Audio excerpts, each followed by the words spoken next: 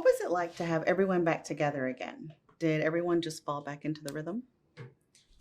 It was such a treat to have everyone back together again for the third movie.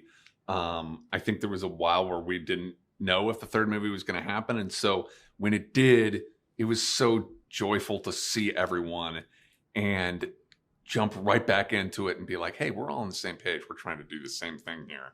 It was just magnificent. I loved it. Tell us how it felt to bring Kraglin back as a full fledged member of the Guardians.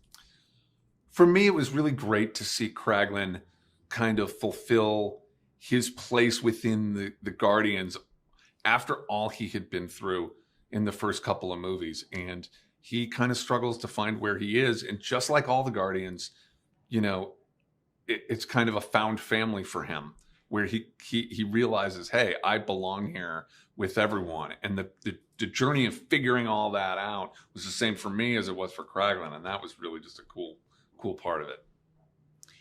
Kraglin now has the Yaka arrow.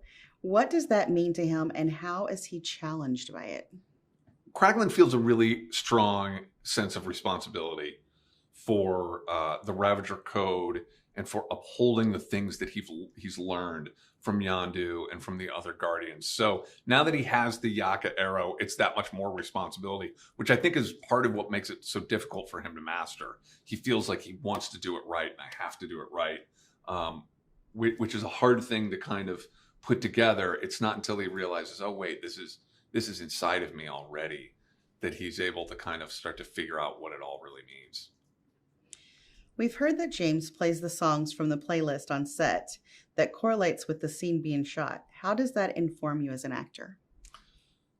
My brother James plays the songs from the soundtrack on set when we shoot the scenes. So it's really great for us as actors to know where we are and to understand tone-wise and rhythm-wise how these scenes are working. And a really cool thing about the third movie is so often the characters are actually listening to the songs that the audience is listening to. You know, Rocket has the Zune and we see him singing along, so we know Rocket knows and loves all these songs. So it's just kind of perfect that they have that soundtrack going to what they're doing. The practical sets are amazing. Can you describe your favorite set and tell us why it impressed you? So many of our sets are practical sets on the Guardians movie. So many are built, which is awesome that we're not just standing in front of a green screen the whole time. And I don't think that I'll ever in my life see a set that impressed me more than downtown nowhere, where the Guardians, you know, have sort of set up shop, which is just a huge space, and it feels like you're walking into a city because you are.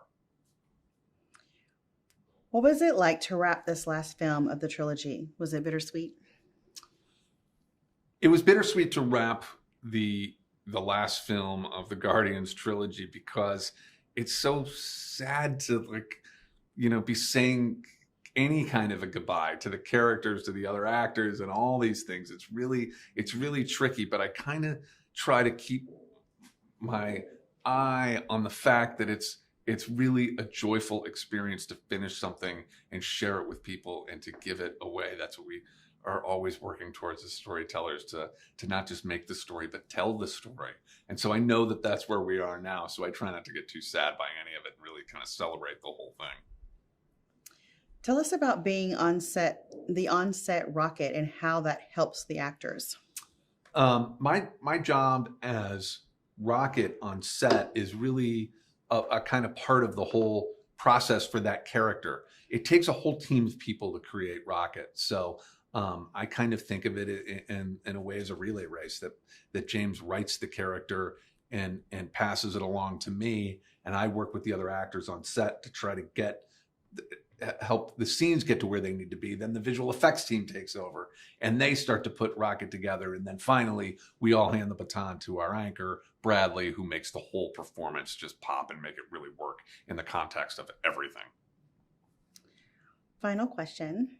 What do you hope audiences experience when they see this film? When audiences see Guardians of the Galaxy Volume 3, I hope that it feels like a satisfying conclusion to the story of the three films.